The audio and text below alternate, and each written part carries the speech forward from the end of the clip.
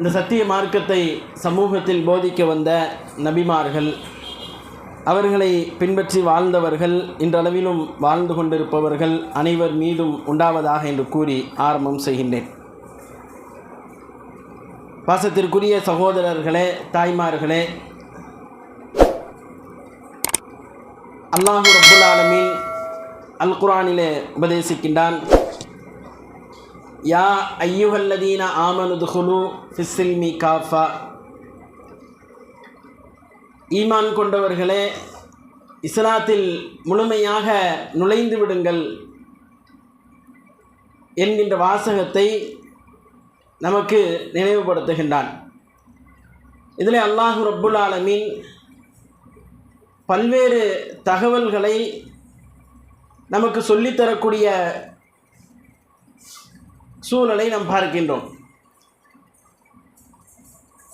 இஸ்லாத்தில் முழுமையாக நுழைந்து விடுங்கள் என்று அல்லாஹ் யாரை பார்த்து சொல்கிறான் என்றால், யார் நம்பிக்கை கொண்டிருக்கிறார்களோ அவர்களை பார்த்து சொல்கின்றான்.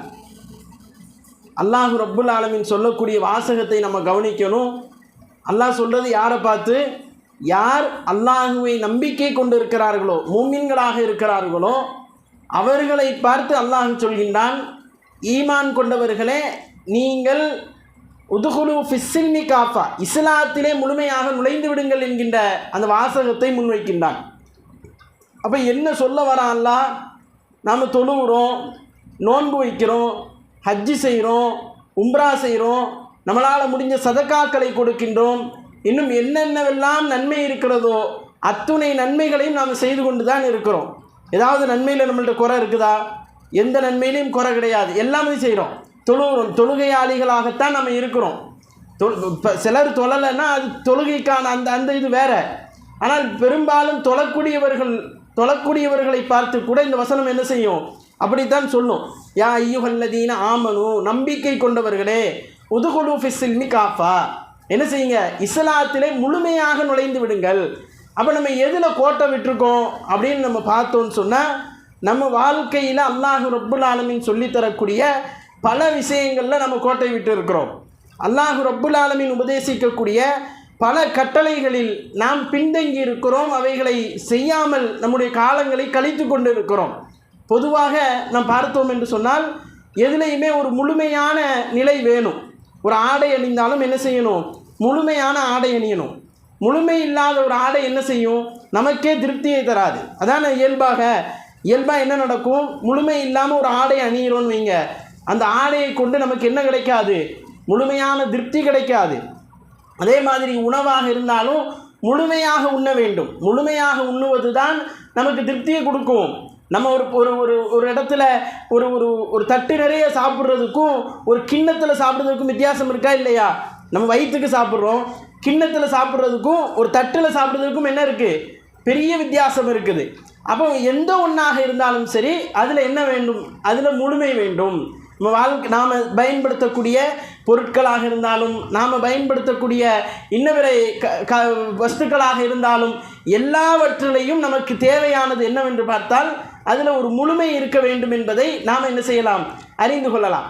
அப்போ முழுமை இல்லாத ஒரு காரியம், முழுமை இல்லாத ஒரு பொருள் நமக்கு எந்த வகையிலும் என்ன செய்யாது?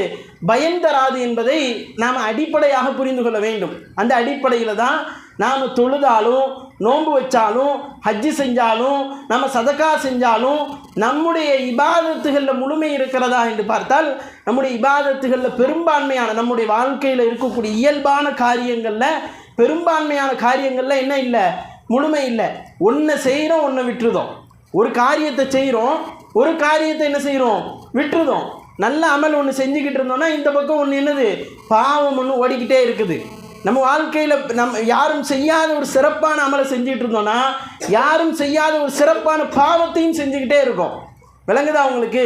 அப்போ அல்லாஹ் ரப்புல் ஆலமீன் என்ன செய்கிறான்? அதை தான் அல் குர்ஆனில் தெளிவாக சொல்கிறான்.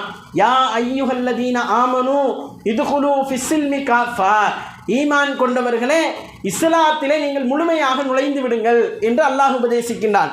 அது ஒவ்வொரு செய்தியாக நம்ம பார்ப்போம். பாருங்களேன், நம்முடைய வாழ்க்கையில் நாம் எதிலெல்லாம் முழுமை அடையாமல் இருக்கிறோம், எதெல்லாம் ஏற்றுக்கிட்டு எதெல்லாம் புறக்கணித்து நம்ம வாழ்க்கையை நம்ம கடத்திக்கிட்டு இருக்கிறோம் அப்படின்னு பார்க்கும் பொழுது அதில் முக்கியமானது முதலாவது என்னன்னு சொன்னால் திருமண வாழ்க்கை.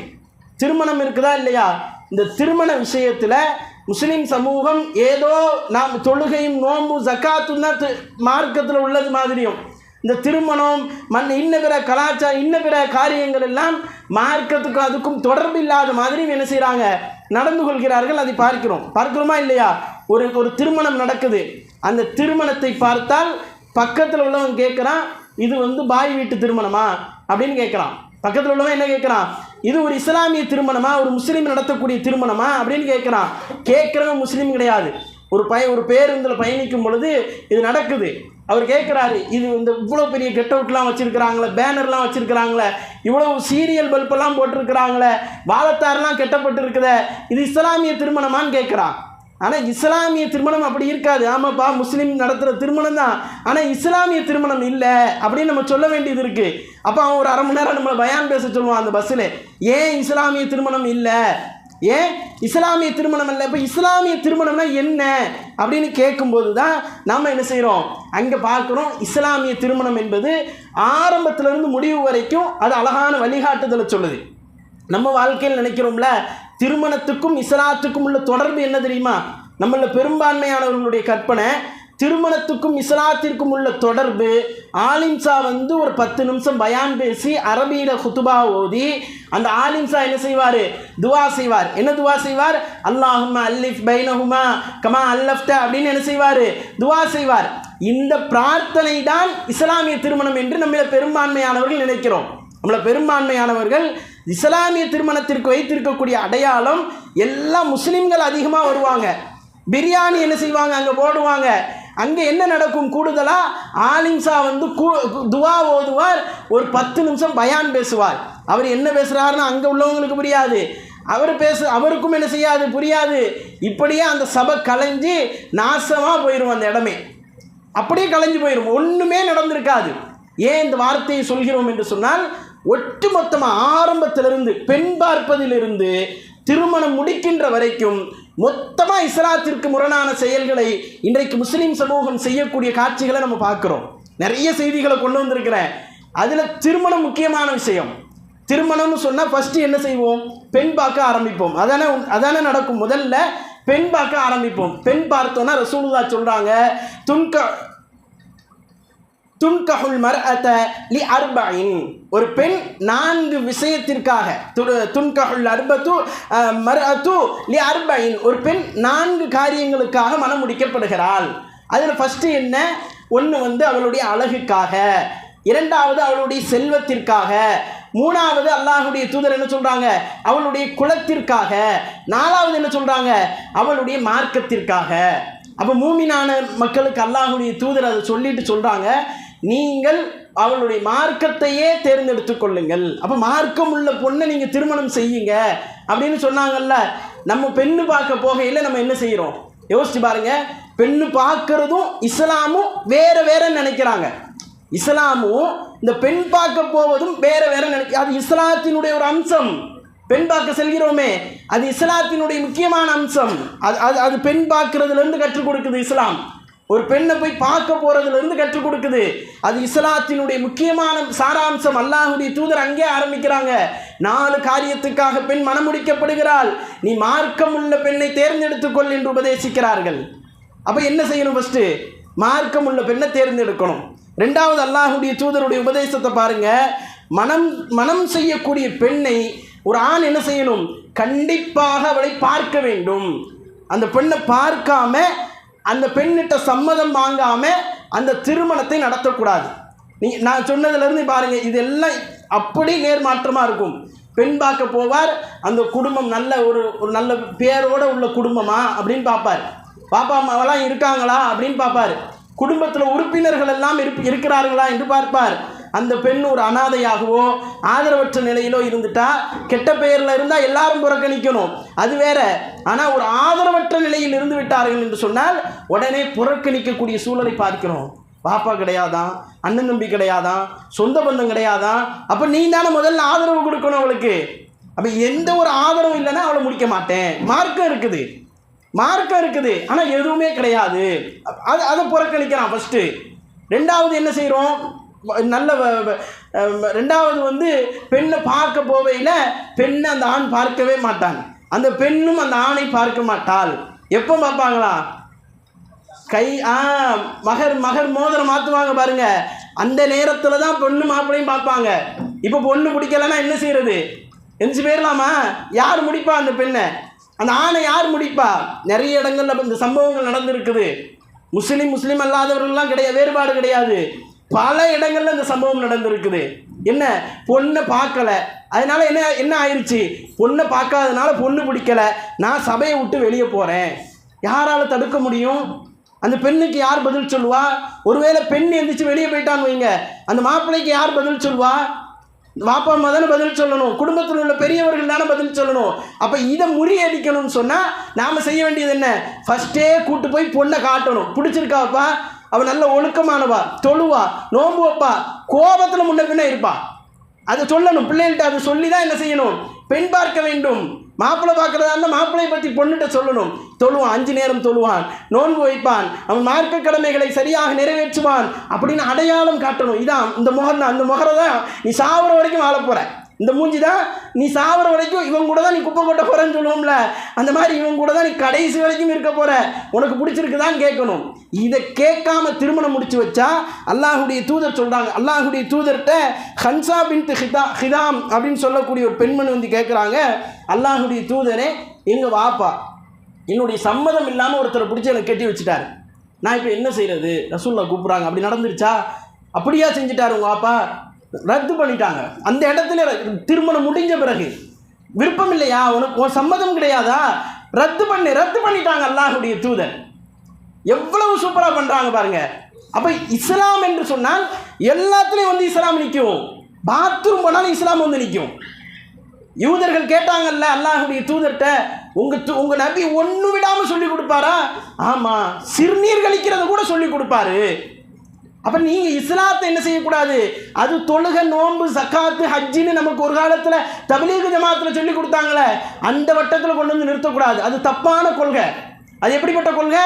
தவறான கொள்கை. அதில் வந்து நிற்கக்கூடாது. இஸ்லாம் என்பது நான் சிறுநீர் கழிப்பதிலிருந்து, நான் பிறந்ததிலிருந்து, நான் இறக்கின்ற வரைக்கும், நான் இறந்த பிறகு என்ன நடக்கும் என்கின்ற வரைக்கும் எல்லாத்தையும் அடித்து சொல்லிக் கொடுக்கும் இஸ்லாம் என்பது. அதான் இஸ்லாம். அப்போ இந்த இடத்துல ஹன்சா பின்த் ஹிதாம் என்ன செய்கிறாங்க, அப்படி கேட்ட உடனே ரசூலுல்லாஹி ஸல்லல்லாஹு அலைஹி வஸல்லம் அந்த திருமணத்தையே ரத்து செய்கிறாங்க. சம்மதம் இல்லாமல் செய்யப்படக்கூடிய திருமணம் அது மனப்பொருத்தமான திருமணம் கிடையாது, அந்த திருமணம் ஹலாலான திருமணம் கிடையாது, அது ஹராம், அதை ரத்து செய்ய வேண்டும் என்று ரத்து செய்கிறார்கள். இன்னைக்கு பெரியவர்களுடைய நிலையை எடுத்து பாருங்க, பொண்ணுட்ட அனுமதியே கிடையாது. வாப்பா சொன்ன என் மவ கேட்பா, அப்படி பிடிச்சி கொண்டு போய் கட்டி வைக்கிறாங்க பிள்ளையில, பொம்பளை பிள்ளையில. மாப்பிள்ளை பிடிக்கலப்பா அப்படிங்கிறா. சமீபத்தில் கூட அப்படி ஒரு நிகழ்வு வந்துச்சு. என் பேச்சை கேட்க மாட்டியாமா, ஒழுக்கமான பிள்ளைங்க எல்லாம் ஒழுக்கம், குடும்பமே ஒழுக்கம், என் பேச்சை கேட்க மாட்டியாமா? சரி, பிடிச்சி கட்டி வச்சாச்சு. மாப்பிள்ளை என்ன, மாப்பிள்ளை சரியில்லை, குடிகாரன், யாருக்குமே தெரியாது அவன் குடிகாரன்னு, ஒழுக்கம் இல்லைன்னு யாருக்கும் தெரியாது, எல்லா கெட்ட பழக்க வழக்கங்களையும் வச்சிருக்கிறான். என்ன செய்யணும், கையை பிசைஞ்சிட்டு இன்னைக்கும் நின்றுக்கிட்டு இருக்கிறாங்க. அப்போ பெண்ணுடைய சம்மதம், அவன் ஒழுக்கமானவனாக இருந்தாலும் கூட பெண்ணுடைய சம்மதம் வேண்டும். மாப்பிள்ளைக்கு என்ன செய்யணும், ஆணுடைய சம்மதத்தை வாங்க வேண்டும். ரெண்டும் இல்லாமல் செய்யப்படக்கூடிய திருமணம் ரத்து செய்யப்பட்டு இருக்கிறது அல்லாஹுடைய தூதரிடத்தில் என்பதை நாம் பார்க்கின்றோம். அதே மாதிரி இந்த மகருடைய தொகை, மகர் தொகை என்ன செய்யணும், நிக்காகவே பேசிகிட்டு இருக்கேன்னு நினைக்காதீங்க, இது எல்லாம் முறியடிக்கப்பட்டுருச்சு. இஸ்லாத்திற்கும் இதற்கும் சம்பந்தம் இல்லை என்று சொல்லக்கூடிய அளவிற்கு அப்படி பிரித்து வச்சுட்டாங்க. நம்மளையும் இந்த நிக்காகவையும் பிரித்து வச்சுட்டாங்க. நான் ஃபஸ்ட்டு சொன்னது தான், ஆலிம்சா எதுக்கு வருவார், நிக்காகவை முடித்து வைப்பார், ஃபாத்திஹா ஓதுவார், துவா ஓதுவார், அதோட ஆலிம்சா வேலை முடிஞ்சிருச்சு. இதான் இஸ்லாமிய திருமணத்திற்கு அடையாளம். ஒரு ஆலிம்சா வருவதும் அவர் ஓதுவதும் அதுதான் அடையாளமாக காட்டப்பட்டு இருக்கிறது. நீங்கள் நல்லா புரிந்து கொள்ள வேண்டும். திருமணத்தினுடைய ஒவ்வொரு அம்சத்திலும் இஸ்லாம் என்ன செய்யும், அப்படி பிரகாசித்து கொண்டே இருக்கும். நம்ம இத்தனை கேள்வி கேட்க வேண்டியது இருக்குது. மகர் தொகையை கேட்க வேண்டியது இருக்குது. மகர் தொகையை யார் நிர்ணயிப்பா? வாப்பா அம்மா நிர்ணயிக்கக்கூடாது. நம்ம வாப்பா அம்மா தான் நிர்ணயிக்கிறாங்க. நம்ம ஊர்கள்லையும் நம்மளை சுற்றி இருக்கக்கூடிய எல்லா பகுதிகளிலையும் தமிழகம் முழுவதும் நீங்கள் எங்கே போய் பார்த்தாலும் சரி, மகரை நிர்ணயிக்கிறது யார்? வாப்பா அம்மா நிர்ணயிப்பார். இல்லை அந்த பொண்ணை எங்கே கட்டி கொடுக்க போகிறாங்களோ அங்கே உள்ள மாமனார் மாமியார் நிர்ணயிப்பார்கள் அந்த மகர் தொகையை. இது வழிமுறையா? யார் நிர்ணயிக்கணும்? மகர் தொகை யார் நிர்ணயிக்கணும்? கணவனா? கணவனும் நிர்ணயிக்க முடியாது. பெண்ணு தான் நிர்ணயிப்பாள். பெண்ணு தான் என்ன செய்வாள்? மகர் தொகையை நிர்ணயிப்பாள். ஆனால் அது அல்லாஹ்வுக்கு பயந்து என்ன செய்யணும்? நிர்ணயிக்க வேண்டும். அதை சரியான முறையில் விட்டு கொடுக்குறேன், எனக்கு மகர் வேண்டான்னு சொன்னாலும் என்ன இருக்குது? மார்க்கத்தில் அனுமதி இருக்குது.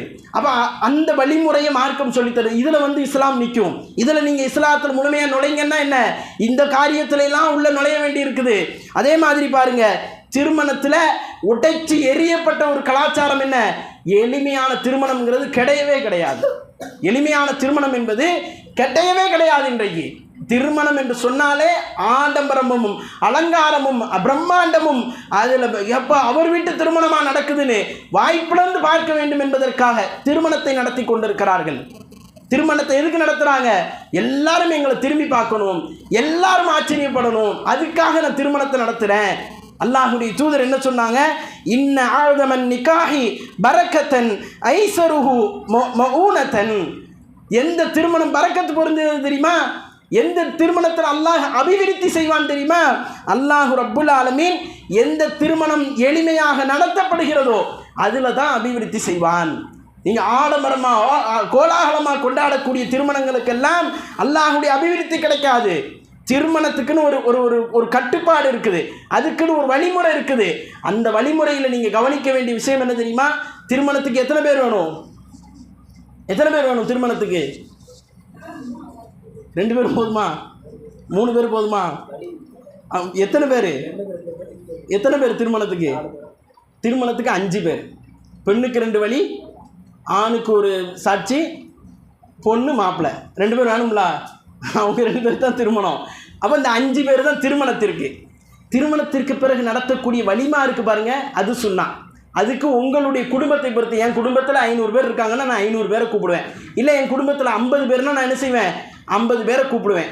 அதை ஆடம்பரம் இல்லாமல் வீண் விரயம் இல்லாமல் எவ்வளவு தூரம் அதை சுருக்க முடியுமோ உணவில் கை வச்சிடக்கூடாது. உணவில் என்ன செய்யக்கூடாது?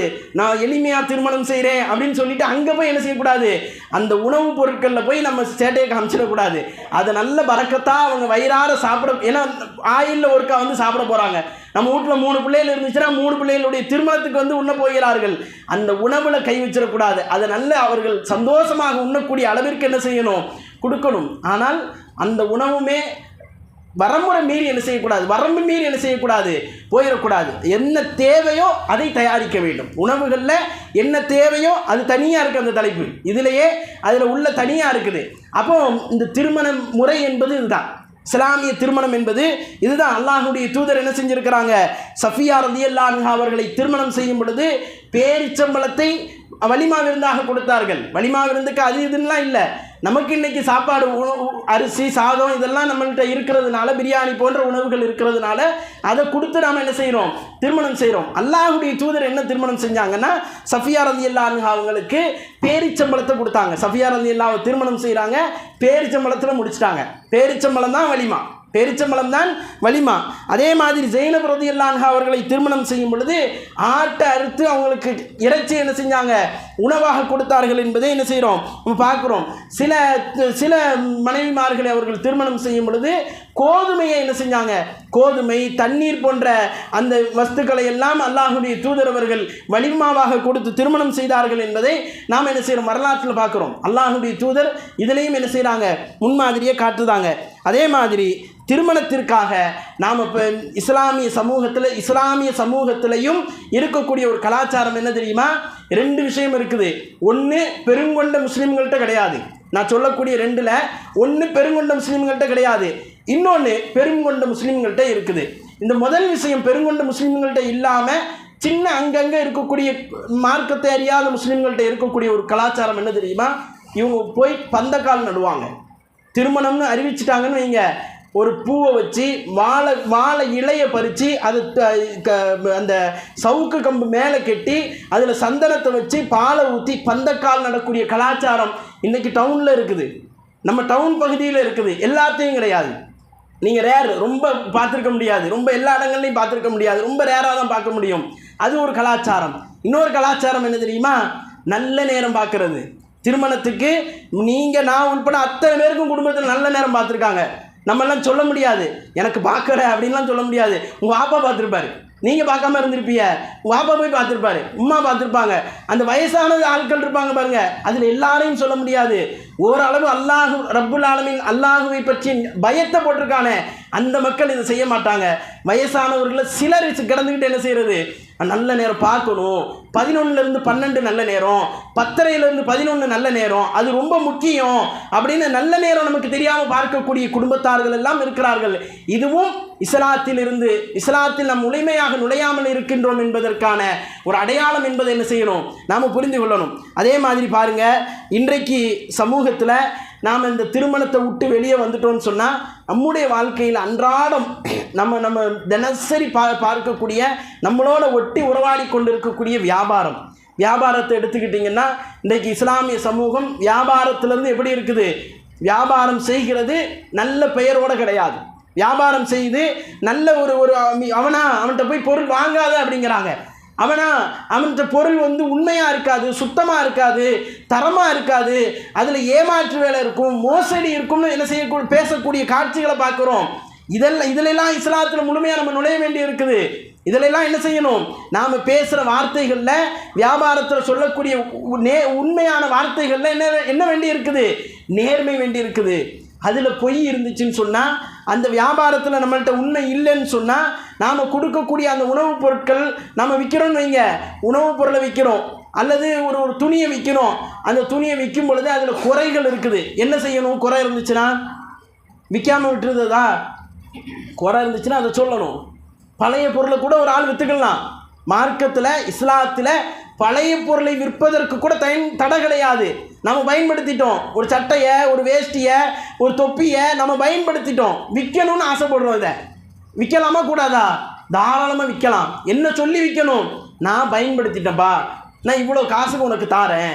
இல்லை புது பொருளை விற்க போகிறோம், நாம் யார்கிட்டையும் ஏமாந்து வந்துட்டோம், துணியை பர்ச்சேஸ் பண்ணிட்டு வரும் பொழுது அல்லது ஏதோ பொருட்களை பர்ச்சேஸ் பண்ணிட்டு வரும் பொழுது நம்ம எவன்ட்டே ஏமாந்துட்டோம், அதை கொண்டு மூடி மறைச்சி தள்ளிடக்கூடாது. என்ன செய்யணும், இதில் அங்கே ஓட்டை இருக்குது, அந்த சட்டையில், அந்த ட்ரெஸ்ஸில், அந்த சேலையில் அதில் ஓட்டை இருக்குது. பழைய சேலையை விற்கிறது பார்த்துருக்கிறீங்களா? பழைய சேலையை விற்கிறாங்க. விற்கிறது தப்பு இல்லை, தாராளமாக விற்றுக்கொள்ளலாம், மார்க்கத்தில் தடை கிடையாது. சொல்லணும் அதை பற்றி, இது பழைய துணி தான், இந்த உடுப்பு என்னது பழைய உடுப்பு, 100 ரூபாய் 200 ரூபாய்க்கு நீங்கள் போத்தீஸுங்கெல்லாம் போனீங்கன்னு வைங்க, அந்த துணிமணிகளை ஜக்காத்து துணின்னு சொல்லி போட்டிருப்பான். எல்லா துணியுமான்னு தெரியல, ஆனால் அதிகப்படியாக பழைய சேலைகள்னு நம்ம என்ன செஞ்சுருக்கோம், விற்கக்கூடியவர்கள்ட்டே கேட்டிருக்கோம். இது அப்படியான துணிகளை தான் இவங்க என்ன செய்கிறாங்க, ஜக்காத்து துணின்னு என்ன செய்கிறான், ரமலான் மாதங்களில் விற்கிறான் அப்படின்னு சொல்கிறாங்க. அப்போ அந்த பழைய துணிகளை விற்கும் பொழுது விற்கிறதுக்கு தடையான்னு கேட்டால் விற்கிறதுக்கு தடை கிடையாது. அதை புதுசுன்னு சொல்லி விற்கிறோமே, இது புதுசு, இது பயன்படுத்தவே இல்லை, இதை நாங்கள் இதில் எந்த குறையும் இல்லை அப்படின்னு சொல்லி விற்கிறோம்ல, இதுக்கு மார்க்கத்தில் தடை இருக்குது. இன்னைக்கு சமூகத்தில் என்ன தெரியுமா ட்ரெண்ட் ஆகிருக்குது, இன்னைக்கு சமூகத்தில் இருக்கக்கூடிய மோசமான ஒரு பழக்கம், சமூகத்தில் வேகமாக பரவி வரக்கூடிய பழக்கம் என்ன தெரியுமா, ஆன்லைனில் ஆர்டர் போடுவாங்க. என்ன செய்வாங்க, ஆன்லைனில் ஆர்டர் போடுவாங்க, அந்த பொருளை வாங்கி பயன்படுத்திட்டு அப்படியே ரிட்டர்ன் போட்டுருது. அது நீங்கள் ஆன்லைனில் வாங்கி பழகியிருந்தால் தெரியும், நம்ம நிறைய பேரை நான் பார்த்துருக்குறேன், வாங்கிறது, அதை பயன்படுத்துறது, அதை அப்படியே ரிட்டர்ன் போடுறது. எப்படி அவர் மோசடி செய்யக்கூடாதோ அதே மாதிரி நானும் மோசடி செய்யக்கூடாது. ஒரு பொருளை நான் பயன்படுத்தக்கூடாதுல்ல, ஒருத்தர்கிட்ட வாங்குகிறேன், செக் பண்ணி பார்க்கலாம், இது நல்லா இருக்கா, தரமாக இருக்கா, குவாலிட்டி இல்லை, நீ சொன்ன மாதிரி இல்லைன்னா ரிட்டர்ன் போட்டுக்கோ, பிரச்சனை இல்லை. வாங்கி பயன்படுத்திட்டு எதுக்கு அதை ரிட்டர்ன் கொடுக்கணும்? அப்போ இது பெரிய மோசடி, இது நாம் செய்யக்கூடிய மிகப்பெரிய மோசடி. என்னுடைய நண்பர் ஒருத்தர் இருந்தார், என்ன செய்வார்னா, நல்ல பொருட்களை வாங்கி அதில் திங்ஸை ஃபுல்லாக என்ன செய்கிறது, மாற்றிட்டு அவருக்கு செட் ஆகலைன்னா உடனே என்ன செய்வார், ரிட்டர்ன் போடுவார். இது யாக கெட்ட பழக்கம்னு சொன்னோன்னே நம்ம கிட்டேயே வரல அவர். இந்த வேலை இன்றைக்கி சமூகத்தில் நடக்குது. நல்ல இந்த மாதிரி ஸ்டாண்டை வாங்குறது, அதை வாங்கிட்டு என்ன செய்கிறது, 2 பயானுக்கு பயன்படுத்திட்டு அவர் நன்மை செய்கிறாராம். 2 பயானுக்கு பயன்படுத்திட்டு ரிட்டர்ன் போடுறது. நான் மிகப்படுத்தியே சொல்லலை, நீங்கள் சமூகத்தில் கேட்டு பாருங்கள்.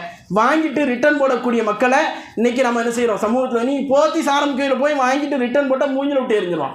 நீ யூஸ் பண்ணியிருக்கேம்மா, ஒரு அயன் பண்ணி கொண்டு போய் நீ ஏமாற்ற முடியாது. அவ்வளவு மோசடிக்காரனே அவன் பார்த்துட்டு உட்காந்துருக்கான். இவன் என்ன செய்கிறான், இவன் எங்கேயோ இருந்து போடுறான். இந்த ஆன்லைன் வியாபாரங்கிறதே இந்த அங்கே இருந்து எதையாவது செஞ்சு முன்னேறிடுவோமான ஒரு 5-6 பேர் சேர்ந்து என்ன செய்வான், அமேசானில் சேருவான். அமேசான்காரன் என்ன செய்வான், அவன் போடுற ஆர்டரை இங்கேருந்து வாங்கி அங்கே கொடுப்பான். அவனுக்கு நஷ்டம் கிடையாது. கீழே இருந்து ஒருத்தன் வியாபாரம் பார்க்குறானே அவனுக்கு நஷ்டம். அவன் அப்பாவியாக இருப்பான், அவனுக்கு அதில் ஏதாவது லாபம் கிடைக்குதான்னு பார்ப்பான். அப்போ அந்த மாதிரி ஏமாற்றக்கூடிய ஏமாற்று பேர்வழிகளை எல்லாம் நாம் என்ன செய்கிறோம் பார்க்குறோம். அதில் முஸ்லீம் இருக்கக்கூடாது. அந்த மாதிரி ஒரு செயல்களை செய்யக்கூடியவர்கள் இஸ்லாத்தில் முழுமையாக நுழைப்பா. இதனால் சமூகத்துக்கு கெட்ட பேர், இதனால் உன் குடும்பத்துக்கு கெட்ட பேர்னு என்ன செய்யணும், அறிவுறுத்த வேண்டும். அப்போ அல்லாஹ்வுடைய தூதர் என்ன செய்கிறாங்க, மோசடி வியாபாரத்தை கண்டிக்கிறார்கள். ஒரு பொருளில் குறை இருக்குதா அதை சொல்லி விற்பனை செய்யுங்க. டேட் எக்ஸ்பைரி ஆக போகுது பிஸ்கட் பாக்கெட்டு, அதை சொல்லாமலே விற்பனை செய்து கொண்டே இருக்கிறார்கள். சில கடைகளில் என்ன செய்கிறான், அந்த டேட்டை அழிக்கிறதுக்கு ஒரு தின்னர் வச்சுருக்கிறான். அழிச்சிட்டு புதுசாக டேட்டை பஞ்ச் பண்ணுறான், புதுசாக டேட்டை குத்துறான். அதை தின்னு செத்து போயிட்டானா யார் பதில் சொல்கிறது? மோசடி தானே. ஒரு முஸ்லீம் அதை செய்யக்கூடாது. ஒரு முஸ்லீம் என்ன செய்யக்கூடாது, மோசடி வியாபாரத்தில், மோசடி விற்பனையில், பொய் வியாபாரத்தில் ஈடுபடக்கூடாது. அல்லாஹ்வுடைய மார்க்கம் என்ன செய்து அதை கடுமையாக எச்சரிக்கிறது. அப்போ மோசடி வியாபாரம் என்பது, மோசடியாக விற்பது என்பது அல்லாஹ்வுடைய தூதர் அவர்கள் பகிரங்கமாகவே அதை தடை செய்தார்கள். ஒரு பஜாரு, மதீனா நகரத்தில் ஒரு பஜாரு, அந்த பஜாருக்கு அல்லாஹ்வுடைய தூதர் போகிறாங்க. அங்கே எல்லாரும் தங்களுடைய பொருட்களை வைத்து விற்பனை செய்து கொண்டிருக்கிறார்கள்.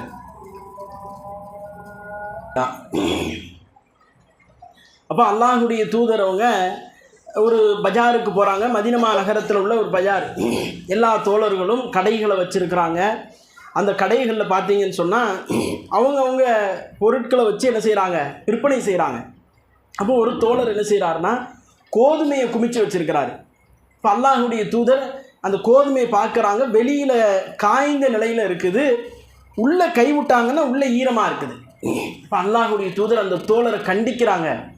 என்ன சொல்கிறாங்கன்னா, அல்லாஹ்வுடைய தூதர் சொல்கிறாங்க, நீங்கள் அந்த ஈரப்பதத்தை வெளியே வச்சு விற்பனை செய்ய வேண்டியது தானே அப்படிங்கிறாங்க. உடனே கொஞ்சம் மழை பெஞ்சிச்சு அல்லாஹ்வுடைய தூதரே, அதில் நினைஞ்சிருச்சு அப்படிங்கிறாரு. அப்போ அல்லாஹ்வுடைய தூதர் அந்த இடத்துல சொல்லக்கூடிய வார்த்தை என்ன தெரியுமா, மோசடி செய்யக்கூடியவன் என்னை சார்ந்தவன் அல்ல என்கிறார்கள். அப்போ மோசடி செய்து நம்ம வியாபாரம் செஞ்சோன்னு சொன்னால் லாபத்தை எவ்வளோ நாளும் சொல்லி வியாபாரம் செஞ்சுக்கிடலாம். லாபம் நான் இவ்வளோ தான் வாங்குவேன் அப்படின்னு சொல்லி என்ன செய்யலாம், விற்பனை செய்து கொள்ளலாம். ஆனால் ஒரு பொருளில் குறை இருக்கும், ஒரு பொருளில் அதில் தரம் இல்லாமல் இருக்கும் அப்படின்னு சொன்னால் அந்த பொருளை குறித்த அறிவுரையை அந்த மக்களுக்கு கொடுத்துட்டு தான் என்ன செய்யணும், விற்பனை செய்யணும். அப்போ ரசூலுல்லாஹி ஸல்லல்லாஹு அலைஹி வஸல்லம் அதில் மிக மிக கவனமாக இருந்தார்கள் என்பதையும் நாம் என்ன செய்கிறோம், ஹதீஸுகளில் பார்க்குறோம்.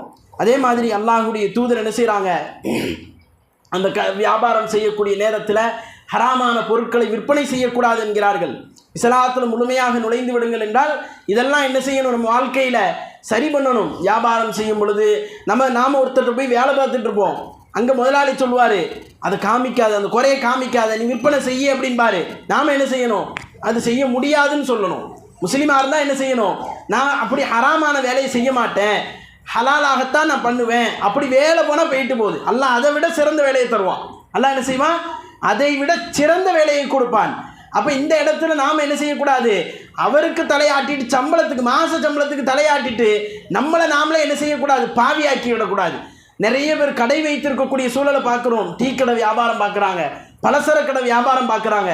அதில் கூட இருக்கக்கூடிய ஹராமான பொருள் என்ன தெரியுமா, பலசர கடை ஹராம் இல்லை, சாயா கடை ஹராம் இல்லை, கூட இருக்கக்கூடிய பீடி சிகரெட்டு ஹராமு.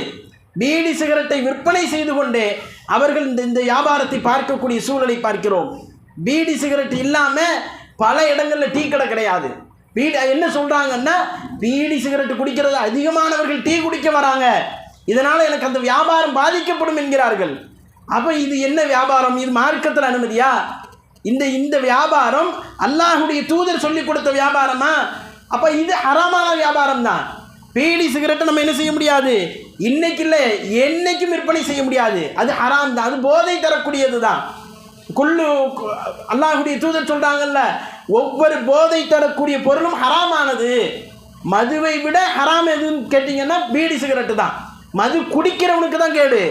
பீடி சிகரெட் எப்படி தெரியுமா, அங்கே சுற்றி இருக்கக்கூடிய ஒரு ஒரு ஒரு ஒரு 100 மீட்டர் அளவுக்கு யாரெல்லாம் இருப்பார்களோ அத்துணை பேருக்கும் அது பாதிப்பை ஏற்படுத்தும், அத்தனை பேருக்கும் கேன்சருடைய அறிகுறியை ஏற்படுத்தும். அவ்வளவு மோசமான ஒரு வியாபாரத்தை கடையில் வைத்து செய்யக்கூடிய சூழலை நாம் இன்றைக்கு முஸ்லீம்களுடைய கடைகளில் பார்க்குறோம். அப்போ அதை தூக்கி எறிஞ்சிட்டு இஸ்லாத்துக்குள்ளே முழுமையாக வா அப்படிங்கிறோம். தொழுதா போதாது, நோன்பு வச்சா போதாது, தொப்பி தாடி வச்சா போதாது, ஜுப்பா போட்டால் போதாது. நீ செய்ய வேண்டியது என்ன, உன் கடையில் பீடி சிகரெட் விற்கிறிய தூக்கி தூர போடு, அது ஹராம். எது ஹராமோ அதை செய்யக்கூடாது. ஒரு முஸ்லீம் எது ஹராமான வியாபாரமோ அதை தூக்கி எறியணும். அப்போ இப்படி ஒவ்வொரு விஷயமா நீங்கள் பார்த்தீங்கன்னு சொன்னால் நம்முடைய வாழ்க்கையில் எவ்வளோ விஷயங்களில் ஹராம் நிறைஞ்சு கிடக்குது அப்படிங்கிறத நம்ம என்ன செய்யலாம், புரிஞ்சுக்கிடலாம். எவ்வளோ விஷயத்தில் நம்ம இஸ்லாத்துக்குள்ளே வர வேண்டியது இருக்கிறது அப்படிங்கிறத நம்ம பார்த்து கொள்ளலாம். அப்போ பாருங்கள், அதே மாதிரி இன்னைக்கு நம்ம சமூகத்தில் இருக்கக்கூடிய ஒரு பழக்கம் என்னன்னு சொன்னால் கடன் வாங்கக்கூடிய பழக்கம். கடன் வாங்குவது மார்க்கத்தில் ஹராமா ஹராம் இல்லையா அப்படின்னு கேட்டால் ஹராம் கிடையாது, வட்டி தான் ஹராம், அப்படி தானே. கடன் என்னது ஹலால். ஆனாலும் கடன் வாங்கக்கூடியவர்கள் ரொம்ப ரொம்ப கவனிக்க வேண்டிய உபதேசங்களை அல்லாஹ்வுடைய தூதர் சொல்கிறாங்க. அப்போ நம்ம இந்த உபதேசத்தில் இருந்தெல்லாம் எத்தனையோ கிலோமீட்டர் பின்னால் போய் இருக்கிறோம், கடனை போய் ஈஸியாக வாங்கிட்டு வந்துடுறோம். ஆனால் அல்லாஹ்வுடைய மார்க்கம் என்ன சொல்லுது, கடனுக்கு ஒரு பாடத்தை நடத்துது. அல்லாஹ்வுடைய மார்க்கம் கடனுக்கு பாடத்தை நடத்துகிறது. என்ன பாடத்தை நடத்துது அப்படின்னு பார்த்தீங்கன்னா, அல் குர்ஆனில் இருக்கிறதுலேயே பெரிய வசனம், அல் குர்ஆனில் இருக்கிறதுலேயே பெரிய வசனம் சூரத்துல் பக்ரா என்கின்ற பெரிய அத்தியாயத்தில் அந்த ஒரு வசனம் மட்டும்தான் ரொம்ப பெருசாக இருக்கும், 282வது வசனம். அதில் அல்லாஹ் என்ன சொல்லுவான் தெரியுமா, கடனை பற்றி பாடம் எடுப்பான். கடன் வாங்கக்கூடியவர்கள் கவனத்திற்கு அப்படின்னு ஆரம்பிக்கணும். வைங்க, கடன் வாங்கக்கூடியவங்க என்னெல்லாம் செய்யணும் குடிச்சுக்கிறேன், கடன் வாங்கக்கூடியவங்க என்னெல்லாம் செய்யணும் அப்படின்னு சொல்லும் பொழுது கடனை எழுதி வையுங்க அப்படிங்குது. கடனை எழுதி வையுங்க. இதில் கடன் வாங்காதவங்க யாராவது இருக்கிறீங்களா? கடன் வாங்காத யாராவது, நான் உள்பட கடன் வாங்கியிருக்கிறேன். கடன் வாங்காத மனுஷனே கிடையாது, நம்ம சபையிலையும் யாரும் கிடையாது. கடன் வாங்காதவன் ஒருத்தரும் இருக்க முடியாது. கடன் வாங்கத்தான் செய்வோம். அந்த சூழ்நிலையை பொறுத்து என்ன செய்கிறோம், கடன் வாங்குகிறோம். அப்போ கடன் வாங்கும் பொழுது அல்லாஹ்வுடைய மார்க்கம் சொல்லக்கூடிய அடிப்படை உபதேசம் என்ன தெரியுமா, கடனை எழுதி வைக்கணும். நம்ம எத்தனை பேர் எழுதி வச்சுருக்கிறோம்? கடன் வாங்கியிருக்கிறோம்ல, தவறாமல் கடன் வாங்கி கொண்டு இருக்கிறோம். அடுத்து வட்டிக்கு போகிறோம், வட்டி தனி பாடம். இப்போ கடன் வாங்கிட்டு இருக்கோம். கடன் வாங்குறத எத்தனை பேர் கடனை எழுதி வைத்திருக்கிறோம்? கடன் யார் கடனும் எழுதி வைக்கப்படலை. கடன் யார் கடனும் எழுதி வைக்கப்படலை. கடன் கண்டிப்பாக எழுதி வைக்க வேண்டும் என்பது ரப்புல் ஆலமீனுடைய உபதேசம், அல்லாஹ்வுடைய உபதேசம். அது கடனை எழுதி வையுங்கள் என்கின்றான். அந்த வசனத்தை அத்தியாயத்தை எடுத்து படித்து பாருங்க. நீதியோடு எழுதுங்க அப்படிங்கிறான். எப்படி எழுதணும், எழுதும்போது வார்த்தை முன்ன பின்ன போடுறது, அவனை வாங்கும்போது அவனை ஏமாற்றி வாங்கிடலாம், அவன்கிட்ட மோசடி பண்ணிடலாம், அவன்கிட்ட ஏதாவது வார்த்தையில் விளாண்டுடலாம் அப்படின்னு சொல்லி என்ன செய்கிறது, உங்கள் இஷ்டத்துக்கு எழுதுறதெல்லாம் கூடாது. எழுதும்போது நீதியோடு எழுதுங்கள். அடுத்து அல்லாஹ் சொல்கிறான், எழுதுபவன் என்ன செய்யக்கூடாது, நான் எழுத மாட்டேன்னு சொல்லக்கூடாது. எழுதக்கூடியவர் நான் எழுத மாட்டேன்னு சொல்லக்கூடாது, எழுதுங்க அப்படிங்கிறான். திரும்பியும் அல்லாஹ் சொல்கிறது அதான், திரும்பியும் எழுத மறுக்காமல் நீங்கள் எழுதுங்கள். நண்பர் தானே, பாப்பா தானே, பிள்ளை தானே, அந்த பேச்சுக்கெல்லாம் இடம் கிடையாது மார்க்கத்தில். எல்லாருக்கும் உபதேசம்னா யாருக்கு, பாப்பா பிள்ளைக்கெல்லாம் அந்த உபதேசம் கிடையாது. இது மொத்த மக்கள் அப்படிலாம் இல்லை. கடன்னு சொன்னா சதக்காவாக கொடுத்துரு, பாப்பா பிள்ளையா இன்னும் தர வேண்டாம்ப்பா நீ வச்சுக்கோ அப்படின்னு சொல்லி என்ன செய், ஒரு லட்ச ரூபாய் கையில் கொடுத்துரு பிள்ளைக்கு. பாப்பா கொடுக்க போறியா அப்படி தூக்கி கொடுத்துரு. கடன் கிடையாது. அது கடனாக கொடுத்தா என்ன செய்யணும், கண்டிப்பாக எழுதி வைக்கணும், அதை டாக்குமெண்ட்டாக ஆக்கணும். இது மார்க்கம் சொல்லக்கூடிய உபதேசம். அதே மாதிரி எழுதி வச்சோன்னே என்ன செய்யக்கூடாது, நம்ம தான் எழுதி வச்சுட்டோமே, நம்ம தான் எழுதிட்டோமே, தூக்கி ஓரமாக வை அப்படின்லாம் சொல்லக்கூடாது. 2 பேர் உட்காந்து வாசிக்கணும். கடன் வாங்குறவரும் கொடுக்கிறவரும் உட்காந்து வாசிக்கணும். வாசித்து விட்டு அதற்கு பிறகுதான் என்னது, கடன் என்கின்ற அந்த வழிமுறை நடைமுறைக்கு வரும் என்பதை நாம் என்ன செய்கிறோம், குர்ஆனில் பார்க்குறோம். இந்த வழிமுறை நம்மள்கிட்ட இல்லையே, இந்த வழிமுறை நம்மள்கிட்ட இல்லையே. இப்படி ஒன்று இருக்குன்னே நிறைய பேருக்கு இப்போ தான் தெரியும். இப்படி ஒரு வழிமுறை இருக்குதுன்னே நமக்கு இப்போ தான் தெரியும். அப்படி சில பேரெல்லாம் சமூகத்தில் இருக்கிறோம். அப்போ அல்லாஹ்வுடைய மார்க்கம் என்ன சொல்லுதுன்னா, கடனுக்கென்று தனி பாடத்தை என்ன செய்யுது, சொல்லித் தருகிறது. அல்லாஹ்வுடைய தூதர் கடனை குறித்து கடுமையான உபதேசங்களை எல்லாம் முன்வைக்கிறாங்க.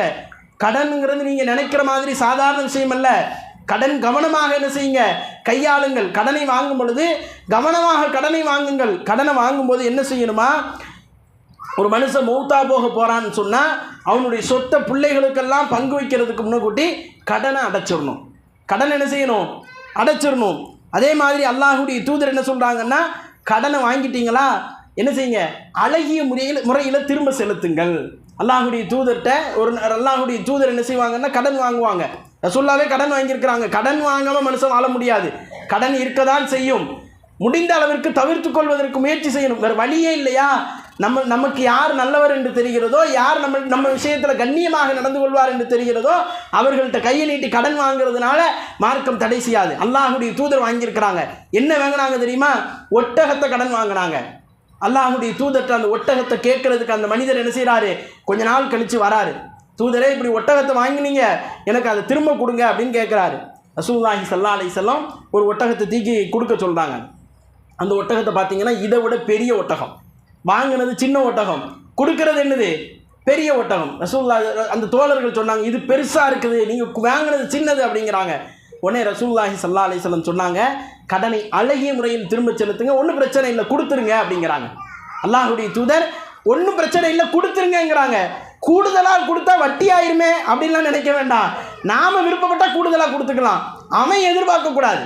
வேங்கிறவன் என்ன செய்யக்கூடாது, கொடுத்தாங்க நமக்கு கடனே, அவன் என்ன செய்யக்கூடாது, எனக்கு இன்னும் கூடுதலாக தான் சொன்னால் தான் வட்டி ஆகும். நாம் கூடுதலாக என்ன செஞ்சுக்கலாம். அதான் அழகிய முறை என்று அல்லாஹ்வுடைய தூதர் உபதேசிக்கிறார்கள். அதே மாதிரி இன்னொரு உபதேசத்தை சொல்கிறாங்க. நிறைய பேர் கடன் வாங்குவாங்க. கடன் வாங்கும்போது சந்தோஷமாக கடனை வாங்கிடுவான், சிரிச்சுக்கிட்டே கடனை வாங்கிடுவான். திரும்ப நீங்கள் கடனை போய் கேட்டிங்கன்னா எப்படி இருக்கும் மூஞ்சி, இன்னும் கடனை கேட்குறான், நான் இருக்கிற நிலை அவனுக்கு தெரியாதா, நான் இருக்கிறனால அவனுக்கு தெரியாதா, இன்னும் கடனை கேட்குறான் அப்படிமா. அவன் அதை விட மோசமான நிலையில் வந்து கடனை கேட்பான். கடனை அதை விட மோசமான நிலையில் வந்து கேட்பான். அப்புறம் ரசூலுல்லாஹி ஸல்லல்லாஹு அலைஹி வஸல்லம் அதில் தான் அழகிய முறையை கையாள சொல்கிறாங்க. கடனை கேட்கும்போது ஒருத்தர் வந்து நம்ம வாங்கின கடனை நம்மள்கிட்ட கேட்குறாரா, திரும்ப கேட்குறாரா, கொடுத்துருங்கிறாரு. அல்லாஹ்வுடைய தூதர் அழகிய முறையில் கொடுங்க அப்படிங்கிறாங்க. அல்லாஹ்வுடைய தூதர்கிட்ட தோளில் துண்டை போட்டு முறுக்கி கடனை வாங்கியிருக்கிறாங்க. ரசூலுல்லாஹ்ட்ட வாங்கின கடனை திரும்ப ரசூலுல்லாஹ் கொடுத்துருப்பாங்கல்ல, கடனை தாங்க முஹம்மதே என்று சொல்லி அல்லாஹ்வுடைய தூதருடைய கழுத்தில் துண்டை போட்டு கேட்டாங்க. ரசூலுல்லாஹ் கோவப்படலையே. அல்லாஹ்வுடைய தூதர் அதை அழகிய முறையில் என்ன செஞ்சாங்க, திரும்ப செலுத்தினார்கள் என்பதை ஹதீஸுகளில் பார்க்குறோம். அதே மாதிரி அல்லாஹ்வுடைய தூதர் அவர்கள் கடன் வாங்கியவர்களுக்கு உபதேசம் செய்கிறாங்க. உங்களுக்கு வசதி வராத வரைக்கும் பிரச்சனையே இல்லை. வசதி வராத வரைக்கும், மவுத்து வராத வரைக்கும் பிரச்சனையே கிடையாது. எப்போ பிரச்சனை தெரியுமா, வசதி வந்துருச்சுன்னா உடனே கடனை கொடுத்துடணும். கடன் வாங்குகிற நிறைய பேர்கிட்ட இருக்கக்கூடிய பழக்கம், கடனை வாங்கும்போது சந்தோஷமாக வாங்குவாங்க. கடனை வாங்கும்போது எப்படி வாங்குவாங்க, ரொம்ப மகிழ்ச்சியாக வாங்குவாங்க. ஆனால் கடனை கொடுக்கணுங்கிற அந்த எண்ணமே நிறைய பேருக்கு இருக்காது. கடனை திரும்ப ஏமாற்றிட்டு போயிடுவான், கடனை கொடுக்க மாட்டான். கடனை கேட்கலன்னு வைங்க, அந்த கடன் அவன் வாழ்க்கையில் அந்த லிஸ்ட்டே இருக்காது. ஒன்று நல்லா புரிஞ்சு கொடுங்க. மறுமை நாளில் அல்லாஹ்வுடைய தூதர் ரசூலுல்லாஹி ஸல்லல்லாஹு அலைஹி வஸல்லம் சொல்கிறாங்க, இந்த உலகத்தில் அல்லாஹ் ரப்புல் ஆலமீன் ஒரு ஷஹீதுக்கு எல்லா பாவங்களையும் மன்னித்து விடுவான். ஆனால் எதை மன்னிக்க மாட்டான், கடனை மன்னிக்க மாட்டான். கடன் இருந்துச்சுன்னு வைங்க, மன்னிக்க மாட்டான். இப்போ இந்த ஒரு சகோதரர் இறந்து போனார், கோவை ஐயூப்னு சொல்லி அவ்வளோ பிரச்சாரம் செய்தவர், ஆயிரக்கணக்கான பிரச்சாரங்களை செய்தவர். அவ்வளோ கடன் ஆயிடுச்சு. என்ன செஞ்சாங்க, எல்லா சகோதரர்களும் சேர்ந்து அந்த கடன் ரொம்ப முக்கியம். ஏன்னா ஏமாற்றப்பட்டார், ஹஜ் சர்வீஸ் நடத்தி ஏமாற்றப்பட்டார். அப்போ கடன் ஆகிட்டார். இப்போ அவருக்கு என்ன ஆயிடுச்சு, அது பெரிய சங்கடம் ஆயிடுச்சு. மௌத்தா போகிறதுக்கு முன்னால் கூப்பிட்டு நண்பர்கள்ட்டெல்லாம் சொல்கிறாரு, எனக்கு இவ்வளோ கடன் இருக்குது, கடனை ஃபுல்லாக அடைக்கணும்னு. கஷ்டப்பட்டு நேற்று தான் அடைச்சி முடித்தாங்க. கடனை ஃபுல்லாக அடைச்சி முடித்து நாங்கள் கடனைலாம் அடைச்சிட்டோம் அல்ஹம்துலில்லாஹ் அப்படின்னு சந்தோஷப்படுறாங்க. அப்போ கடன் எவ்வளவு மோசமான பாதிப்பை ஏற்படுத்தும் என்கின்ற தாக்கத்தை புரிந்து வைத்திருக்கிறார்கள். அப்போ நம்ம வாழ்க்கையில் நம்ம மௌத்தா போகும் பொழுது எப்படி முஸ்லீமாக மௌத்தா போகணும்னு ஆசைப்படுறோமோ அதே மாதிரி கடன் இல்லாமல் மௌத்தாக வேண்டும் என்கின்ற ஆசையையும் உள்ளத்தில் வச்சுக்கிடணும். நம்ம கடனை அடைக்கணும்னு முடிவு பண்ணிட்டோன்னு வைங்க, அல்லாஹ் எப்படினாலும் முடிவு என்ன செஞ்சிருவான், அதில் உதவி செஞ்சிருவான். வேங்கும் போதே இவனுக்கெல்லாம் கடனை கொடுக்கக்கூடாது, வேங்கிறதோட சரி, அவரை முதல் பார்வையில் சிரிக்கிறதோட சரி, வாங்கிட்டா முடிஞ்சு போச்சு. அடுத்து அவரை நீங்கள் எந்த தெருவுலையும் பார்க்க முடியாது, எங்கேயுமே பார்க்க முடியாது. அதோட உங்களுக்கு என்னதுதான், அடுத்து உங்களை பார்க்கும் போதெல்லாம் இந்த தெரு அந்த தெருன்னு பூந்து ஓடிக்கிட்டே இருப்பான். சைத்தான் ஓடுவானே அந்த மாதிரி ஓட ஆரம்பிச்சிருவான். ரசூலுல்லாஹி ஸல்லல்லாஹு அலைஹி வஸல்லம் அதை எச்சரிக்கிறாங்க. ஷஹீதுக்கு கூட எல்லா பாவம் மன்னிக்கப்படும், கடன் மன்னிக்கப்படாது. இது தூதருடைய எச்சரிக்கை. இப்போ கடனோட நீங்கள் மறுமை நாளில் சந்திச்சோன்னு வைங்க, ஒருத்தட்ட கடனை வாங்கிட்டோம், நம்ம ஏமாற்றிட்டோன்னு வைங்க, மறுமை நாளில் அல்லாஹ் வருவான், கண்டிப்பாக அது குறித்து விசாரிப்பான். நான் தொழுதுட்டேன், நோன்பு வச்சுட்டேன், பயான் பேசிட்டேன், பயான் நிகழ்ச்சி நடத்திட்டேன், பயானில் வந்து உட்கார்ந்துட்டேன், எந்த காரணமும் அங்கே எடுபடாது. எங்கே கடன் வாங்கினே அங்கே பதில் சொல்லணும். அல்லாஹ் அதுக்கு விசாரணை வச்சிருக்கிறான். ஷஹீதுக்கு கூட விசாரணை இருக்குது, கடனுக்கு பதில் சொல்லணும். என்ன செய்கிறது? மறுமை நாளில் இங்கே 10,000 ரூபா வாங்கியாச்சு, ஏமாத்தியாச்சு. ஏமாத்தணும்னு என்ன இருந்தால் மட்டும்தான், கொடுக்கணும்னு எண்ணத்தில் இருப்பாங்கல்ல, அவங்களுக்கெல்லாம் அல்லாஹ் எப்படி உதவி செஞ்சிருவான் கண்டிப்பாக. ஏமாத்தணும்னு நினச்சி கொடுக்க முயற்சி எடுக்காமல் ஏமாற்றி ஃப்ராடுத்தனம் பண்ணிட்டு அலைதாங்கல்ல சமூகத்தில், அவர்களுக்கு தான் இந்த கடுமையான எச்சரிக்கை. மறுமை நாளில் இவர்கள் வருவார்கள். 10,000 இப்போ கொடுத்துடலாமா? மறுமை நாளில் 1,00,000 கொடுக்க முடியுமா? திரும்ப 5,000 ரூபா தான் வாங்கினேன், கொடுக்க முடியுமா? 1,000 ரூபா தான் வாங்கினேன், கொடுக்க முடியுமா? கொடுக்க முடியாது. என்ன செய்வான் அல்லாஹ்? கொண்டு வா, அவனுடைய தொழுகை உனக்கு தூக்கி போடு, அவன் செஞ்ச நோம்பை தூக்கி போடு. நம்ம காலங்காலமாக ஓடி வந்தோமே, வியாபாரத்தை விட்டுட்டு ஐயால சலான்னு சொன்னோன்னே பள்ளிவாசலுக்கு ஓடி வந்தோமே, நாம் பசியும் பட்டினியுமா கிடந்து பாவங்களெல்லாம் விட்டுட்டு நோன்பு வச்சோமே, நாம் மற்ற நாட்களில் இருக்கிறத விட கட்டுப்பாடுகளோடு நோன்பு நோற்றோமே, எல்லாத்தையும் பிடிங்கி கடன்காரனுக்கு கொடுக்கப்படும். யார்கிட்ட வாங்கினமோ கடன் அவனிடத்தில் ஒப்படைக்கப்படும். அதை வாங்கிட்டு அவன் சந்தோஷமாக போவான். இன்னும் கூட்டம் வரும், இவர் எனக்கு ஏமாற்றிட்டாரு, இவர் அந்த துட்டை ஏமாற்றிட்டாரு, எல்லாரும் வருவாங்க மறுமை நாளில். இந்த அம்மா ஏமாத்திருச்சு, இந்த அம்மா அவ்வளோ ரூபா வாங்குச்சு, என்கிட்ட சீனி வாங்குச்சு. சீனி கடன் வாங்குறவங்க இருக்கிறாங்க, அரிசி பருப்பு கடன் வாங்குறவங்க இருக்கிறாங்க.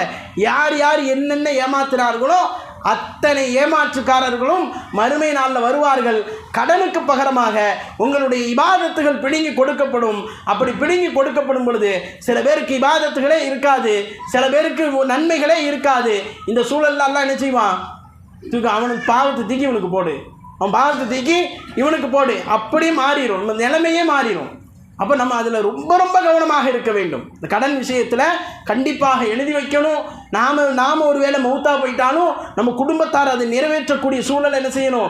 ஏற்படுத்தணும். ஏன் ஜனாசா வீட்டில் நின்று கேட்குறாங்க, என் வாப்பாவுக்கு ஏதாவது கடன் இருந்தால் வந்து சொல்லுங்கன்னு, அவர் பாவம் மன்னிக்கப்படணும். மறுமையில் சொர்க்கத்துக்கு போகிறதுக்கு தடையாயிடக்கூடாது. அப்போ இங்கே இஸ்லாத்தில் நம்ம நுழைய வேண்டி இருக்குது. நாம் நினைக்கிறோம் தொழுகை நோன்பு மட்டும்தான் இஸ்லாம்னு, கிடையவே கிடையாது. இவ்வளவு விஷயங்கள் நம்ம இஸ்லாத்தில் என்ன செஞ்சுருக்கிறோம்? பின்னடைவில் இருக்கிறோம் என்கின்ற அந்த செய்திகளை எல்லாம் என்ன செய்கிறோம்? நாம் பார்க்குறோம். அதே மாதிரி பாருங்கள், இன்றைக்கு சமூகத்தில் இருக்கக்கூடிய மிக மிக முக்கியமான மோசமான ஒரு பாவம் என்னவென்று சொன்னால் இந்த வட்டி வாங்கக்கூடிய பாவம். வட்டி வாங்கினா பிரச்சனை இல்லைன்னு நினைக்கிறாங்க சமூகத்தில். நீங்கள் ஸ்ட்ராங்காக போய் சொல்லணும், இங்கே வந்திருக்கீங்கல்ல, ஒவ்வொருத்தரும் போய் ஸ்ட்ராங்காக குடும்பத்தில் பேசணும். வட்டியிலேருந்து நாம் என்ன செய்யணும்? விடுபடணும். நம்ம முதல் இலக்கு என்னதுதான்? இந்த குடும்பத்தில் வட்டி இருக்கக்கூடாது, என்னுடைய குடும்பத்தில் வட்டி இருக்கக்கூடாது. எவ்வளோ வட்டி இருக்கக்கூடாது? ஒரு வேர்வை துளி கூட வட்டி இருக்கக்கூடாது. என் குடும்பத்தில் ஒரு வேர்வை துளி அளவு கூட வட்டியினுடைய வாசமே இருக்கக்கூடாது என்பதை குடும்பத்தில் நம்ம உபதேசிக்கணும். வட்டி எவ்வளவு வட்டி இன்றைக்கு சமூகத்தில், வியாபாரத்துக்கு வட்டி, பயன்படுத்தக்கூடிய மொபைல் ஃபோனுக்கு வட்டி, நாம் பயன்படுத்தக்கூடிய பைக்குக்கு வட்டி, காருக்கு வட்டி, ட்ரெஸ் எடுக்க போகிறோமா வாங்கு, வட்டிக்கு வாங்கு. எவ்வளோ வட்டி எவன் தந்தாலும் சரி உடனே வட்டிக்கு போய் விழுந்துடுறது பார்க்குறோமா இல்லையா? சமூகத்தில் சுற்றி கித்தி எல்லா பக்கமும் வட்டி வாங்கி எல்லா வட்டியிலேருந்து விடுபட்டுருவார். கடைசியில் என்ன செய்வார்? நான் 0% வட்டியில் இருக்கிறேன். என்ன வட்டி? என்ன வட்டி? 0%. ஹலால் அவங்களுக்கு 0%. அவன் என்ன செய்வான்? ஒரு மாதத்துக்கு அப்புறம் திரும்ப என்ன செய்வான்? ஒரு மாத கணக்கு கொடுப்பான், 30 நாள் டைம் கொடுப்பான். 30 நாளுக்கு மேலே நீங்கள் செலுத்தலை, சில இடங்களில் 1 வருஷம் கொடுப்பான். 1 வருஷத்துக்கு மேலே நீங்கள் செலுத்தலைன்னா 1க்கு டபுளாக வட்டி போடுவான். தெரியுமா? கேட்குதா உங்களுக்குலாம்? எப்படி வட்டி போடுவான்?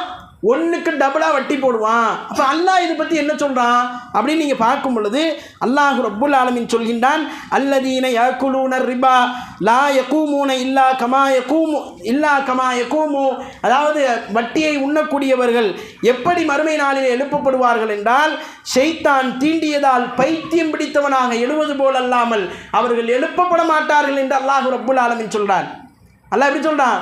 அவன் பைத்தியமா, ஷைத்தான் தீண்டுனா ஒருத்தன் எப்படி பைத்தியமா வருவான்? இப்போ ஒன்று பார்த்து பயந்துட்டான், அவனுடைய முகம் எப்படி இருக்கும்? பேயறைஞ்சு போய் அந்த மாதிரி மறுமை நாளில் வருவான்னு சொல்லி அல்லாஹ் ரப்புல் ஆலமீன் சொல்கிறான். மறுமை நாளில் அவனை இழிவுபடுத்துவோங்கிறான். சில இடங்கள்ல அல்லாஹ் ரப்புல் ஆலமீன் கேட்கிறான், வட்டி வாங்குறீங்களா? நீங்கள் அல்லாஹ்வோடும் அல்லாஹ்வுடைய தூதரோடும் போர் புரிவதற்கு தயாராக இருக்கிறீர்களா என்று. அல்லாஹ்வுடைய தூதரோடு அல்லாஹ்வோடு போர் புரிவதற்கு மோசமான ஒரு பாவத்தை, அந்த பாவமாக வட்டியை அல்லாஹ் காட்டுகின்றான். வட்டி என்பது நாம் நினைக்கிற மாதிரி வட்டி சாதாரண பாவம் கிடையாது. வட்டி என்பது மிக மிக மோசமான ஒரு பாவம். வட்டி நம்மளை அழிச்சு நாசமாக்கும் அல்லாஹ் சொல்லலாம். யம்ஹகுல்லாஹு ரிபா வயுர்பி ஸதகாத். வட்டி என்ன செய்யும்? யம்ஹகுல்லாஹு ரிபா, வட்டி அழிச்சு நாசமாக்கிறோம். வயுர்பி ஸதகாத், சதக்கா செய்யுங்க, அது என்ன செய்யும்? வளர்த்தெடுக்கும். உங்கள் செல்வத்தை என்ன செய்யும்? வளர செய்யும். 1க்கு 10 அல்லாஹ் கொடுப்பான், 10க்கு 100 கொடுப்பான், 100க்கு 1000 கொடுப்பான். அல்லாஹ்வுடைய ஹசானா பெருசு, அள்ளி கொடுத்து கொண்டே இருப்பான். அப்போ இதில் நம்ம இஸ்லாத்துக்குள்ளே முழுமையாக நுழைய வேண்டி இருக்குது. எதில்? இந்த வட்டியை விட்டுட்டு ஹலாலான பணத்தை நோக்கி நாம் நுழைய வேண்டி இருக்குது. நம்மிடம் இருக்கக்கூடிய பொருளாதாரம் எல்லாவற்றையும் நாம் என்ன செய்ய வேண்டியது இருக்குது? ஒரு தடவை நாம் பரிசோதனை செய்து பார்க்க வேண்டியது இருக்குது.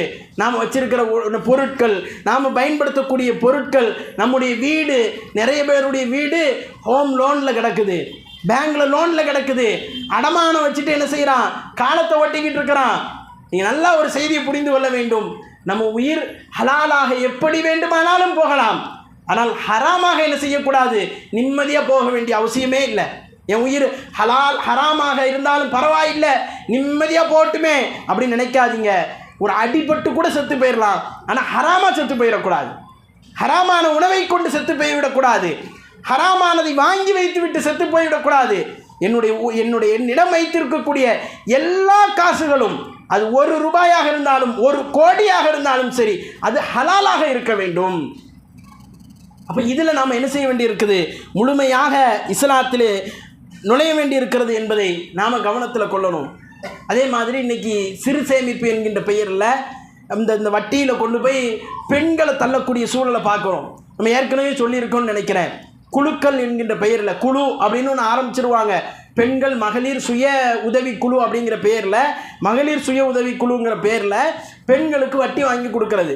அதுக்கு ஒரு தலைவி, அந்த மொத்தத்தில் நரகத்துக்கு அழைச்சிட்டு போகிறதுக்கு அவள் இருந்துகிட்டே என்ன செய்வா? 10 பேரை ரெடி பண்ணி அந்த தெருவில், ஏம்மா நீ வா நீ வா நீ வா, இந்த மாதம் புருஷனுக்கு சம்பளம் போடலையா, 50 பேர் வா, எல்லாரும் சேர்ந்து என்ன செய்வோம்? நாசமாக போவோம். உனக்கு ஒரு 10,000, உனக்கு ஒரு 10,000 வாங்கி கொடுப்பா. எல்லாரும் பேங்க் லோன். இது என்னது? Bank loan. என்ன பேரில் வருது பாருங்க? இன்ட்ரெஸ்ட்னு பேரில் வருது, லோனுங்கிற பேரில் வருது, மகளிர் சுய உதவி குழுங்கிற பேரில் வருது. அதுக்கு விதவிதமான பேர், டெக்கரேஷனான பேர், பேருக்கெல்லாம் பஞ்சமே கிடையாது. இது ஹராமா? 0% இன்ட்ரெஸ்ட் தானே அப்படிங்கிறோம். ஹராம் தான் அது. அது என்னைக்கு எனக்கு பாதிப்பை ஏற்படுத்துமோ, வட்டியை கொண்டு வந்து திணிக்குமோ, அது ஹராம் தான். பேங்கில் பணம் போட்டு வச்சுக்கிட்டு ஒரு 1 லட்ச ரூபா பணத்தை போட்டு வச்சுக்கிட்டு ஒரு 2 மாதம் 3 மாதத்துக்கு ஒருக்கா பார்த்தீங்கன்னா 3ஆவது மாதம் என்ன செய்யும்? பேங்கில் அந்த இன்ட்ரெஸ்ட் கிரெடிட் ஆகிக்கிட்டே இருக்கும். 3ஆவது மாதம் என்ன செய்யும்? நம்ம பேரில் பேங்கில் அக்கௌண்ட் இருந்துச்சுன்னா பணம் வந்து விழுந்துக்கிட்டே இருக்கும். அது என்ன பணம்? வட்டி பணம். 1 லட்ச ரூபா போட்டு வச்சில, 1000 ரூபா பிடி, 3 மாதத்துக்கு ஒருக்கா 1000 ரூபா பிடி, 500 ரூபா பிடி, 1000 ரூபா பிடின்னு கவர்மெண்ட் தந்துக்கிட்டே இருப்பான். 1 லட்ச ரூபாய் எங்கேயோ போட்டு அவன் என்ன செய்யறான்? ஏதோ பண்ணிக்கிட்டு இருக்கான். அப்போ அந்த காசு என்ன இல்லை? ஹலால் கிடையாது. அந்த பணத்தை என்ன செய்யணும்? பேங்க் அக்கௌண்ட் வச்சிருக்கிற எல்லாரும் என்ன செய்யணும்? நல்ல கவனமாக அதை பார்க்கணும். அதில் 3ஆவது மாதம் பார்த்தீங்கன்னா கடைசியில் அதில் கிரெடிட் ஆகிருக்கும். இன்ட்ரெஸ்ட்டுன்னு போட்டு என்ன செய்வான்?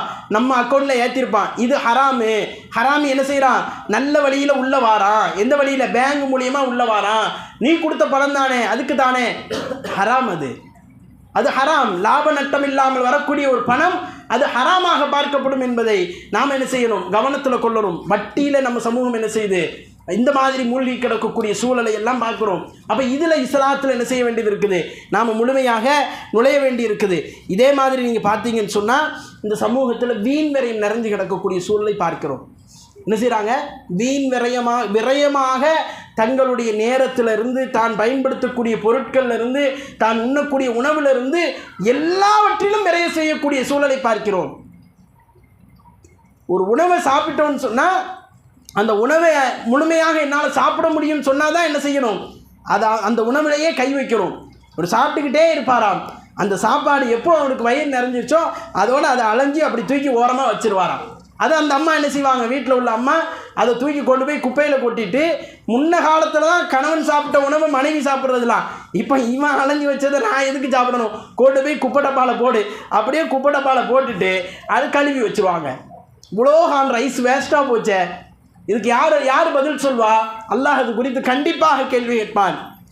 நீங்கள் உண்ணக்கூடிய எந்த உணவாக இருந்தாலும் சரி, ஒரு கொஞ்ச காண்டு ஆகாரமாக இருந்தாலும், தண்ணீராக இருந்தாலும், ஒரு சாயாவாக இருந்தாலும், ஒரு பாலாக இருந்தாலும், அதை கொஞ்சம் நீங்கள் வேஸ்ட் பண்ணாலும் அல்லாஹ்விடத்தில் பதில் சொல்ல வேண்டும். இன்னைக்கு ஆப்பிரிக்காவில் நம்ம பார்க்கலையா? ஆப்பிரிக்காவில் பாருங்கள், ஆப்பிரிக்காவில் ஒரு பகுதியே உணவில்லாமல், தண்ணீர் இல்லாமல், பால் இல்லாமல் அப்படியே மடிந்து கொண்டிருக்கக்கூடிய சூழலை பார்க்கிறோம். நமக்கு ஈஸியாக கிடச்சிருச்சு நல்ல தண்ணி. டவுனில் எங்கே போய் நீங்கள் நல்லியை திறந்தாலும் சரி, ரோட்டில் உள்ள நல்லி அத்தனையும் என்ன செய்யும், நல்ல தண்ணி அப்படியே கொடுக்கும். ஆனால் நீங்கள் இப்போ கடலோரம் இருக்கக்கூடிய மாவட்டங்களில் பார்த்தீங்கன்னு சொன்னால் அவங்க நல்ல தண்ணிக்கு குடத்தை தூக்கிட்டு வரிசையில் நிற்கிறாங்க. அது சிரமமாக இல்லையா அவர்களுக்கு? அப்போ நமக்கு கிடைக்குங்கிறதுக்காக பயன்படுத்தக்கூடாதுன்னு மார்க்கம் சொல்லலை. தேவைக்கு பயன்படுத்துங்க. எப்படி பயன்படுத்தணும்? தேவைக்கு பயன்படுத்தி கொள்ள வேண்டும், தேவைக்கு மீறி பயன்படுத்தக்கூடாது. அல்லாஹ்வுடைய தூதர் அதுக்கு தான் இப்படி உபதேசம் செஞ்சாங்க. என்ன உபதேசம்? ஒழு செய்கிறீர்களா 3 தடவை செய்யுங்க, அதுக்கு மேலே செய்யக்கூடாது. ஒரு உறுப்பை கழுவும் போது எத்தனை தடவை? 3 தடவை கழுவணும், அல்லது 2 தடவை கழுவிக்கலாம், அல்லது 1 தடவை கழுவிக்கலாம். 3 தடவைக்கு மேலே என்ன செய்யக்கூடாது, அது செய்யக்கூடாது என்று அல்லாஹ்வுடைய தூதர் அவர்கள் எச்சரிக்கை விடுத்தார்கள். முழுக்க வீண் விரயம். ஒரு வீட்டில் ஒரு 5 பேர் இருக்கிறாங்கன்னு சொன்னால் 5 பேருக்கு 10 ஃபேனை மாட்டி வச்சுருப்பான். 10 ஃபேனும் ஓடிக்கிட்டே இருக்கும். விரயமாக எல்லா பகுதிகளிலையும் இப்படி நாம் பயன்படுத்தக்கூடிய பொருட்கள்லேருந்து எல்லாம் விரயமாகக்கூடிய அந்த சூழலை நாம் பார்க்கின்றோம். அது நம்ம மட்டுமல்ல, பொதுவாக இன்னைக்கு தண்ணியை சுமந்து செல்லக்கூடிய லாரிகளை பாருங்கள், தண்ணியை அப்படியே சிந்திக்கிட்டே போகிறான். ரோடு ஃபுல்லாக தண்ணி, ஒரு தண்ணி லாரி போகுதுன்னா நம்ம கண்டுபிடிச்சிடலாம். என்னைக்காவது பால் சிந்தினதை பார்த்துருக்கீங்களா? பால் லாரி போயிருக்குல்ல, பால் லாரி போகாமலாம் இருக்குது, எல்லா இடத்துலையும் போகுது. என்னைக்காவது பால் சிந்தி இருக்குதா? ஏன் பால் சிந்தலை? அவனுக்கு தெரியுது பாலை சிந்தினா அதோட விலை இவ்வளவு, ஆனால் தண்ணியை சிந்தினா அதோட விலை மதிப்பு தெரியலை. தண்ணி ஈஸியாக கிடச்சிருச்சுல, அதனால் தண்ணீரோட விலை மதிப்பு தெரியலை. அப்போ நாம் ரொம்ப கவனமாக இருக்க வேண்டும். நாம் பயன்படுத்தக்கூடிய எந்த ஒரு உணவு ஆகாரமாக இருந்தாலும் சரி, எல்லாவற்றிலும் வீண் விரயம் தவிர்க்க வேண்டும். இதே திருமணத்தில் எவ்வளவு வீண் விரயமாக ஒவ்வொரு இடங்கள்லையும் விரயமாக தூக்கி உணவுகளை வீசப்படக்கூடிய காட்சி, சீரியல் விளக்குகளுக்கு பணத்தை அள்ளி வீசக்கூடிய காட்சி, வாழை தார்களும் அவர்கள் அழைத்திருக்கக்கூடிய அந்த விஐபிக்களுக்கும் அவர்கள் செலவழிக்கக்கூடிய பணங்கள் எல்லாம் விரயம். இதெல்லாம் சும்மா வந்துச்சா? அல்லாஹ் ரப்புல் ஆலமீன் கொடுத்த அருட்கொடை. அதை ஹலாலாக பயன்படுத்த வேண்டும், தேவைக்கு பயன்படுத்த வேண்டும், அநியாயமாக பயன்படுத்தக்கூடாது. அப்போ இப்படி நாம் பட்டியல் எடுத்து பார்த்தோன்னு சொன்னால் நம்ம வாழ்க்கையில் பெரும்பான்மையான விஷயங்களில் நம்ம இஸ்லாத்துக்குள்ளே வர வேண்டியது இருக்குது, நிறைய விஷயங்களில் வர வேண்டியது இருக்குது. அப்போ அதையெல்லாம் கவனத்தில் கொண்டு நாம் அத்துணை பேரும் பொறுப்புதாரிகள் என்கின்ற அல்லாஹ்வுடைய தூதருடைய அந்த வார்த்தையை நம்ம மனதில் வைத்து, ரசூலுல்லாஹ் சொல்கிறாங்கல்ல, குல்லுக்கும் ராயின் குல்லுக்கும் மஸ்ஊலுன் அன் ரய்யத்திஹி, உங்களில் ஒவ்வொருவரும் பொறுப்புதாரிகள், உங்களுடைய பொறுப்புகள் குறித்து விசாரிக்கப்படுவீர்கள் என்கின்ற அந்த நபிமொழியை மனதில் வைத்துக்கொண்டு நாம் என்ன செய்யணும்? அல்லாஹுவை பயந்து நம்முடைய வாழ்விலை என்னெல்லாம் இஸ்லாத்திலிருந்து நம்ம பின்னால் போயிருக்கிறோமோ அத்தனையும் உடைச்சிட்டு நாம் இஸ்லாத்துக்குள்ளே முழுமையாக வரணும்.